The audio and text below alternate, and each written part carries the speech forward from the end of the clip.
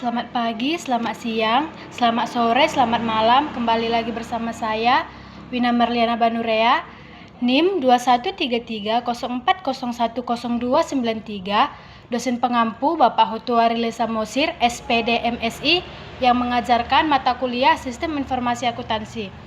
Saya mahasiswi Universitas Prima Indonesia. Saya jurusan akuntansi semester genap tahun ajaran 2021-2022. Baiklah, di video kali ini saya akan menjelaskan materi topik 14, yaitu Sistem Akuntansi Persediaan. Di topik 14 ini ada sebanyak subtopik. Untuk mengetahuinya, yuk kita simak video berikut ini. Kita akan membahas subtopik yang pertama, yaitu pendahuluan. Dalam perusahaan manufaktur, persediaan terdiri dari persediaan produk jadi, persediaan produk dalam proses, persediaan bahan baku, persediaan bahan penolong, persediaan bahan habis pakai pabrik, persediaan duku cadang. Dalam perusahaan dagang, persediaan hanya terdiri dari satu golongan, yaitu persediaan barang dagang yang merupakan barang yang dibeli untuk tujuan dijual kembali. Transaksi yang mengubah persediaan produk jadi, persediaan bahan baku, persediaan bahan penolong, persediaan bahan habis pakai pabrik, dan persediaan suku cadang bersangkutan dengan transaksi intern perusahaan dan transaksi yang menyangkut pihak luar perusahaan atau penjual dan pembeli. Sedangkan transaksi yang mengubah persediaan produk dalam proses seluruhnya berubah transaksi intern perusahaan. Kita lanjut ke subtopik 14.2, yaitu sistem dan prosedur yang terkait dengan sistem akuntansi persediaan. Sistem dan prosedur yang terkait dengan sistem akuntansi persediaan adalah: yang pertama, prosedur pencatatan produk jadi, prosedur pencatatan harga pokok produk jadi yang dijual, prosedur pencatatan harga pokok produk jadi yang diterima kembali dari pembeli, prosedur pencatatan tambahan dan penyesuaian kembali harga pokok persediaan produk dalam proses, prosedur pencatatan harga pokok persediaan yang dibeli, prosedur pencatatan harga pokok persediaan yang dikembalikan kepada pemasok, prosedur permintaan dan pengeluaran gudang, prosedur pencatatan tambahan harga pokok persediaan karena pengembalian barang gudang, sistem perhitungan fisik persediaan. Prosedur pencatatan produk jadi termasuk dokumen. Dokumen sumber yang digunakan dalam prosedur pencatatan produk jadi adalah laporan produk selesai dan bukti memorial. Laporan produk selesai digunakan oleh bagian gudang untuk mencatat tambahan kuantitas produk jadi dalam kartu gudang. Bukti memorial digunakan untuk mencatat tambahan kuantitas dan harga pokok persediaan produk jadi dalam kartu persediaan dan digunakan sebagai dokumen sumber dalam mencatat transaksi selesainya produk jadi dalam jurnal umum. Catatan akuntansi yang digunakan dalam prosedur pencatatan pokok produksi jadi yang dijual adalah kartu gudang, kartu persediaan, dan kartu jurnal umum. Prosedur pencatatan harga pokok produk jadi yang dijual. Dokumen sumber yang digunakan untuk mencatat transaksi penjualan produk jadi adalah surat order pengirim dan faktur penjualan. Kita lanjut ke subtopik 14.3, yaitu dokumen yang digunakan. Dokumen yang digunakan dari sistem penerimaan kas penjualan tunai yaitu: yang pertama, faktur penjualan tunai. Dokumen ini digunakan untuk merekam sebagai informasi yang diperlukan oleh manajemen mengenai transaksi penjualan tunai. Yang kedua, pita register kas atau cash register tab. Dokumen ini dihasilkan oleh fungsi kas dengan cara mengoperasikan mesin register. Pita register ini merupakan bukti penerimaan kas yang dikeluarkan oleh fungsi kas dan merupakan dokumen pendukung faktur penjualan tunai yang dicatat dalam jurnal penjualan. Yang ketiga, credit card sales slip. Dokumen ini dicetak oleh Credit Card Center yang menerbitkan kartu kredit dan diserahkan kepada perusahaan atau disebut merchant yang menjadi anggota kartu kredit. Bagi perusahaan yang menjual barang atau jasa, dokumen ini diisi oleh fungsi kas dan berfungsi sebagai alat untuk menagih uang tunai dari bank yang mengeluarkan kartu kredit untuk transaksi penjualan yang telah dilakukan kepada pemegang kartu kredit. Keempat, Bill of Lading. Dokumen ini merupakan bukti penyerahan barang dari perusahaan penjualan kepada perusahaan angkutan umum. Dokumen ini digunakan oleh fungsi pengiriman dalam penjualan COD yang penyerahan barangnya dilakukan oleh perusahaan angkutan umum. Yang kelima, faktur penjualan COD. Dokumen ini digunakan untuk merekam penjualan COD. Yang keenam, bukti setor bank. Dibuat oleh fungsi kasa sebagai penyetoran kas yang diterima dari piutang ke bank. Bukti setor dibuat 3 lembar dan diserahkan oleh fungsi kas ke bank bersamaan dengan penyetoran dari piutang ke bank. 2 lembar yang diminta kembali bank setelah ditandatangani dan dicap oleh bank sebagai bukti penyetoran kas ke bank. Bukti setor bank diserahkan oleh fungsi kas kepada fungsi akuntansi dan dipakai oleh fungsi akuntansi sebagai dokumen sumber untuk pencatat transaksi penerimaan kas dari piutang ke dalam jurnal penerimaan kas. Ketujuh, rekapitulasi beban pokok penjualan. Dokumen ini digunakan oleh fungsi akuntansi untuk meringkas harga pokok produk yang dijual selama satu periode.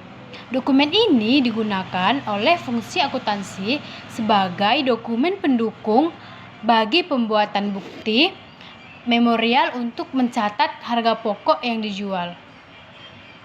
Kita lanjut ke subtopik 13.5 yaitu catatan akuntansi yang digunakan. Catatan akuntansi yang digunakan di dalam sistem penerimaan kas dari penjualan tunai yaitu yang pertama, jurnal penjualan. Jurnal ini digunakan oleh fungsi akuntansi untuk mencatat dan meringkas data penjualan. Yang kedua, jurnal penerimaan kas.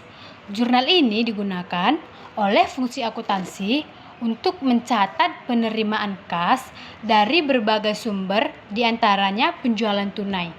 Yang ketiga, jurnal umum.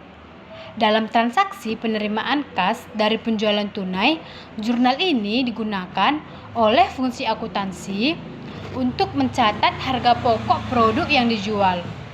Yang keempat, kartu persediaan. Kartu persediaan digunakan oleh fungsi akuntansi untuk mencatat berkurangnya harga pokok produk yang dijual. Kartu persediaan ini diselenggarakan di fungsi akuntansi untuk mengawasi mutasi dan persediaan barang yang disimpan di gudang. Yang kelima, kartu gudang. Catatan ini tidak termasuk catatan akuntansi karena hanya berisi data kuantitas persediaan yang disimpan di gudang. Catatan ini diselenggarakan oleh fungsi gudang untuk mencatat. Kartu gudang digunakan untuk mencatat berkurangnya kuantitas produk yang dijual. Fungsi yang terkait dalam sistem penerimaan kas penjualan tunai adalah fungsi penjualan.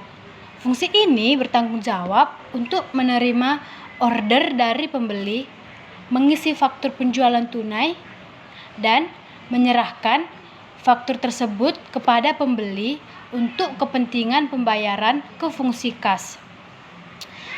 Selanjutnya, fungsi kas. Fungsi ini bertanggung jawab sebagai penerima kas dari pembeli. Selanjutnya, fungsi gudang. Fungsi ini bertanggung jawab menyiapkan barang yang disimpan oleh pembeli serta menyerahkan barang tersebut ke fungsi pengiriman. Berikutnya, fungsi pengiriman. Fungsi ini bertanggung jawab untuk membungkus barang dan menyerahkan barang yang telah dibayar harganya kepada pembeli. Selanjutnya, fungsi akuntansi. Fungsi ini bertanggung jawab sebagai pencatat transaksi penjualan dan penerimaan kas dan pembuat laporan penjualan. Selanjutnya, subtopik 13.3 yaitu informasi yang diperlukan oleh manajemen.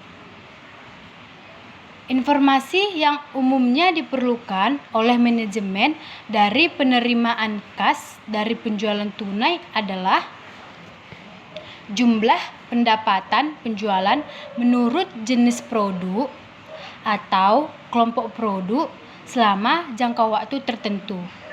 Selanjutnya, jumlah kas yang diterima dari penjualan tunai. Selanjutnya, jumlah harga pokok produk yang dijual selama jangka waktu tertentu, nama dan alamat pembeli. Informasi ini diperlukan dalam penjualan produk tertentu, namun pada umumnya informasi nama dan alat pembeli ini tidak diperlukan oleh manajemen dari kegiatan penjualan tunai. Yang kelima, kuantitas produk yang dijual. Nama wiraniaga yang melakukan penjualan. Otoritasi pejabat yang berwenang. Kita lanjut ke subtopik 14.5 yaitu sistem perhitungan fisik persediaan. Sistem perhitungan fisik persediaan umumnya digunakan oleh perusahaan untuk menghitung secara fisik persediaan yang disimpan di dalam gudang, yang hasilnya digunakan untuk meminta pertanggungjawaban bagian gudang mengenai pelaksanaan fungsi penyimpanan dan pertanggungjawaban bagian kartu persediaan mengenai keandalan catatan persediaan yang diselenggarakannya, serta untuk melakukan penyesuaian terhadap catatan persediaan di bagian kartu persediaan. Perhitungan fisik ini merupakan salah satu sistem pengendalian intern persediaan yang dilakukan oleh perusahaan. Kita lanjut ke subtopik 14.7 yaitu rangkuman. Rangkuman yang kita ambil dari materi ini adalah dalam perusahaan manufaktur, persediaan terdiri dari persediaan produk jadi, persediaan produk dalam proses, persediaan bahan baku, persediaan bahan penolong, persediaan bahan habis pakai pabrik, persediaan duku cadang. Dokumen yang sumber digunakan dalam prosedur pencatatan produk jadi adalah laporan produk selesai dan bukti memorial. Catatan akuntansi yang digunakan dalam prosedur pencatatan pokok produk jadi yang dijual adalah kartu gudang, kartu persediaan, dan jurnal umum. Dokumen sumber yang digunakan untuk mencatat transaksi penjualan produk jadi adalah surat order pengiriman dan faktur penjualan.